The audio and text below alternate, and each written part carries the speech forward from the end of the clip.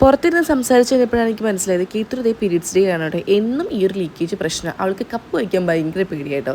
നിങ്ങൾക്ക് വേണ്ടിയിട്ടൊരു സാധനം ഞാൻ കാണിച്ചിടാം. കാമസിയുടെ മെൻസ്ട്രുവൽ കപ്പ്.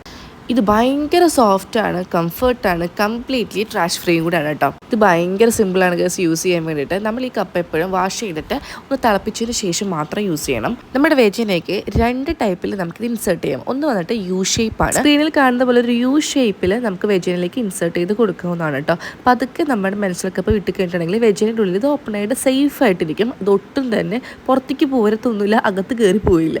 രണ്ടാമത് ഈ പിഞ്ച് ബേസ് ആണ്.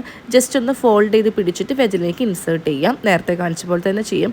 ഇത് വളരെ സിമ്പിളായിട്ട് ചെയ്യാവുന്ന ഒരു പ്രോസസ്സാണ് കേട്ടോ. കാണുന്ന ഒരു പേടി മാത്രമേ ഉണ്ടാവും. ഒരു കപ്പ് നമുക്ക് 10 വർഷത്തോളം യൂസ് ചെയ്യാം കേട്ടോ. സ്മോൾ, മീഡിയം, ലാർജ് സൈസിൽ ഇത് അവൈലബിൾ ആണ് കേട്ടോ. ഇത് മെയ്ഡ് ചെയ്തിരിക്കുന്നത് ബയോ കോമ്പറ്റബിൾ മെഡിക്കൽ ഗ്രേഡ് വെച്ചിട്ടാണ്. ആമസോൺ, ഫ്ലിപ്കാർട്ട്, നൈക്ക, പർപ്പിൾ.com എല്ലാതും ഇത് അവൈലബിൾ ആണ്. ലീക്കേജ് ഉള്ള ഒരു പീരീഡ്സ് നിങ്ങളുടെ ഓർമ്മയിൽ ഇനി കാണത്തില്ല.